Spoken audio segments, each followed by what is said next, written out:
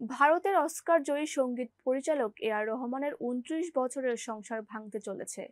বিষয়টি নিশ্চিত করেছেন তার স্ত্রী সায়রা বানুর আইনজীবী বন্দনা সাহা। মঙ্গলবার রাতে এক বিবৃতিতে তিনি জানান, তিক্ত সম্পর্কের জেরেই এই সিদ্ধান্ত নিতে বাধ্য হয়েছেন তার মক্কেল। উভয়ের সম্মতিতেই এই পদক্ষেপ নেওয়া হয়েছে। এদিকে এ আর রহমানের বিচ্ছেদের খবর হাওয়ার বেগে ছড়াতেই বাকরুদ্ধ তার ভক্ত অনুরাগীরা। ১৯৯৫ সালে সায়রা বানুকে বিয়ে করেন এ আর রহমান।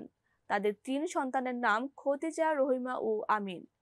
এর আগে এক সাক্ষাৎকারে রহমান স্বীকার করেছিলেন যে স্ত্রী সায়রার সঙ্গে তার সাংস্কৃতিক মতপার্থক্য রয়েছে, যদিও বুদ্ধিমত্তার সঙ্গেই তারা বিষয়টি সামনে চলেন। ২৯ বছর বয়সে সায়রাকে বিয়ে করেছিলেন এ আর রহমান। আজ ২৯ বছর পর ভাঙতে যাচ্ছে তাদের সংসার। জানা যায়, দীর্ঘ তিক্ততা এই বিচ্ছেদের নৈপথ্যের কারণ। উভয় পক্ষই অপ্রাণ চেষ্টা করেছিলেন মিটিয়ে নিতে, কিন্তু তা আর সম্ভব নয়।